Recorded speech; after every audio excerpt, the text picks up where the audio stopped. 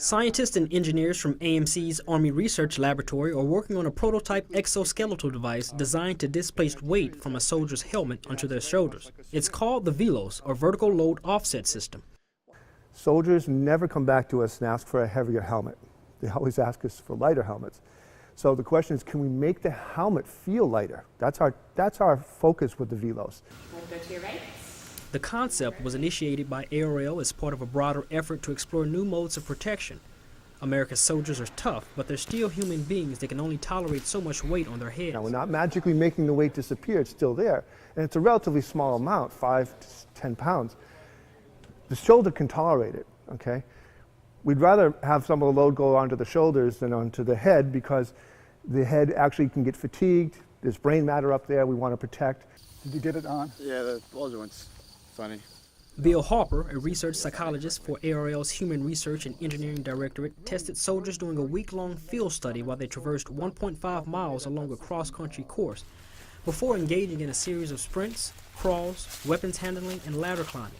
Soldiers immediately reported reduced overall head and neck strain, more helmet stability, and a sensation of lighter head-borne weight. We know the kinds of tasks that soldiers do. We design the studies in order to put the soldier in those kind of situations where we may see the issues that we think may arise. We can go ahead and get a look at that and see if it really is a problem or not. Our goal isn't necessarily to make the soldier more comfortable. It may sound noble to do something like that, and obviously we would like to do that. Our real goal is to actually make sure that the soldier is effective. Soldiers don't always report head and neck strain problems, which makes developing the proper solutions difficult. That's where ARL's Human Research and Engineering Directorate, or HRED, steps in. And then look to your right.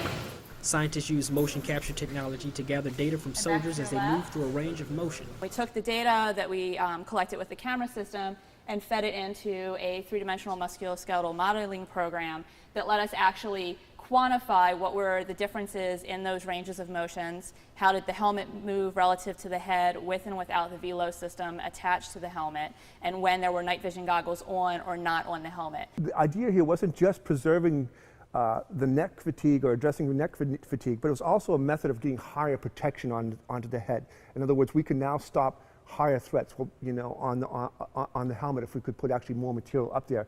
And the idea of the VLOS is to make that tolerable for some extended period of time. The Army Research Laboratory is working hard to find the best capabilities to make our warfighters more efficient. From Army Materiel Command, I'm Joseph Givens.